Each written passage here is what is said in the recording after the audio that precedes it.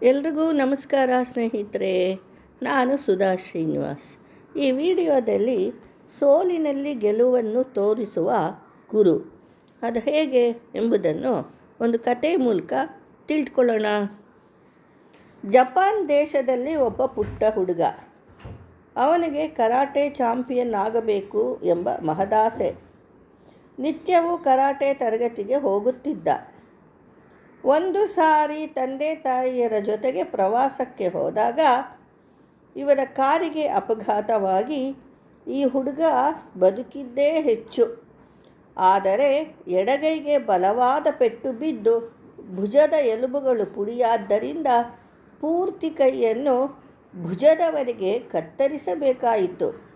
ಎಚ್ಚರವಾದ ಮೇಲೆ ಹುಡುಗನಿಗೆ ಆಘಾತವಾಯಿತು.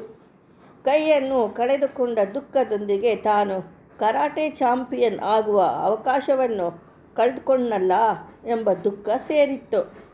ಮನಸ್ಸು ಖಿನ್ನವಾಗಿ ಹೊರಗೆಲ್ಲೂ ಹೋಗದೆ 1 ವರ್ಷ ಮನೆಯಲ್ಲೇ ಉಳಿದ. ಒಂದು ದಿನ ಅವನಿಗೆ ಕರಾಟೆ ಕಲಿಸುವ ಗುರು ಮನೆಗೆ ಬಂದರು. ಯಾಕೆ ನೀನು ಕರಾಟೆ ತರಗತಿಗೆ ಬರುತ್ತಿಲ್ಲ ಎಂದು ಕೇಳಿದ್ರು. ಹುಡುಗ ಅತ್ತ, ತಮಾಷೆ ಮಾಡುತ್ತೀರಾ? ಒಂದು ಕೈ ಇಲ್ಲದ ನಾನು ಕರಾಟೆ ಹೇಗೆ ಮಾಡಲಿ? ಆಗ ಗುರು ಹೇಳಿದ್ರು. ಅವನು ಹೆಗಲ ಮೇಲೆ ಕೈ ಹಾಕಿ ಹೇಳಿದ್ರು, ನಾನು ಹೇಳುವುದನ್ನು ಸರಿಯಾಗಿ ಕೇಳು. ನಾನು ನಿನಗೆ ಕೇವಲ ಒಂದು ಪಟ್ಟನ್ನು ಹೇಳಿಕೊಡುತ್ತೇನೆ. ಅದೊಂದನ್ನೇ ಮನಸ್ಸಿಟ್ಟು ಅಭ್ಯಾಸ ಮಾಡು. ನೀನು ಚಾಂಪಿಯನ್ ಆಗುತ್ತಿ. 2 ವಿಷಯ ಮುಖ್ಯ. ನಾನು ಚಾಂಪಿಯನ್ ಆಗಬಹುದೇ ಎಂಬ ಅಳಕು ಬರಲೇಬಾರದು. ಮತ್ತೊಂದು, ನಾನು ಕಲಿಸಿದ ಪಟ್ಟಿನಲ್ಲಿ ನಿನಗೆ ಅಚಲ ನಂಬಿಕೆ ಇರಲಿ. ಹುಡುಗ ತರಗತಿಗೆ ಹೋದ. ಗುರು ಕಲಿಸಿದ ಒಂದೇ ಪಟ್ಟನ್ನು ಶ್ರದ್ಧೆಯಿಂದ ಕಲಿತು ಪ್ರವೀಣನಾದ. ಸ್ಪರ್ಧೆಯ ದಿನ ಬಂತು. ಈ ಕೈ ಇಲ್ಲದ ಹುಡುಗನನ್ನು ನೋಡಿ ಎಲ್ರಿಗೂ ಕುತೂಹಲ, ಆಶ್ಚರ್ಯ. ಆದರೆ ಒಂದಾದ ಮೇಲೆ ಒಂದು ಸುತ್ತಿನಂತೆ ಈ ಹುಡುಗ ಎಲ್ಲರನ್ನೂ ಸೋಲಿಸುತ್ತಾ ನಡೆದ. ಸೋಲಿಸಿ ಫೈನಲ್ಗೆ ಬಂದ. ಇವನ ಎದುರಾಳಿ ಒಬ್ಬ ದಾಂಡಿಗ. ಆತ ಹೇಳ್ದ, ಮಗು, ನೀನು ಇಷ್ಟು ಸಾಧಿಸಿದ್ದು ಸಾಕು. ಈ ಕೊನೆಯ ಪಂದ್ಯದಲ್ಲಿ ನಿನಗೆ ಪೆಟ್ಟಾದೀತು. ಜನ ಕೂಡ ಹಾಗೆ ಅಂದರು. ಈ ಹುಡುಗ ಆ ದೈತ್ಯನೊಡನೆ ಹೇಗೆ ಸೆಣಸಿಯಾನು? ಹುಡುಗ ಹೋಗಿ ಗುರುಗಳಿಗೆ ಕೇಳ್ದ. ಗುರು ಹೇಳಿದ್ರು, ನಿನ್ನಲ್ಲಿ ನಂಬಿಕೆ ಇರಲಿ, ಪಟ್ಟಿನಲ್ಲಿ ಶ್ರದ್ಧೆ ಇರಲಿ. ಪಂದ್ಯ ಶುರುವಾದ 1 ನಿಮಿಷದಲ್ಲಿ ಹುಡುಗ ದೈತ್ಯನನ್ನು ಸೋಲಿಸಿ ಚಾಂಪಿಯನ್ ಆದ. ಅವನಿಗೆ ಆಶ್ಚರ್ಯ.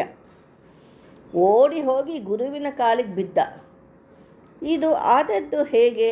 ನನಗೆ ಬರುವುದೇ 1 ಪಟ್ಟು. ಅಷ್ಟೆಲ್ಲ ಪಟ್ಟುಗಳನ್ನು ಬಲ್ಲ ಅವರು ಏಕೆ ಸೋತರು ಗುರುಗಳೇ ಅಂದ.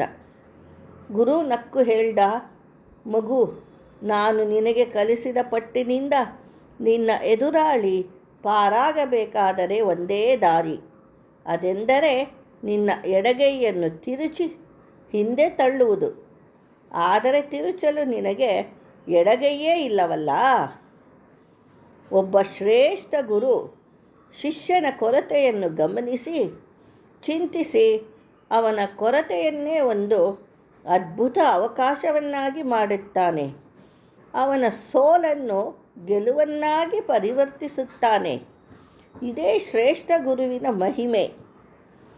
ಈ ವಿಡಿಯೋ ನಿಮಗೆ ಇಷ್ಟವಾದಲ್ಲಿ ಲೈಕ್ ಮಾಡಿ, ಶೇರ್ ಮಾಡಿ, ಸಬ್ಸ್ಕ್ರೈಬ್ ಆಗಿ. ಹೊಸಬರು ಸಬ್ಸ್ಕ್ರೈಬ್ ಆಗಿ. ಕೃಪೆ ಕರುಣಾಳು ಬಾ ಬೆಳಕೆಯಿಂದ. ಧನ್ಯವಾದಗಳು.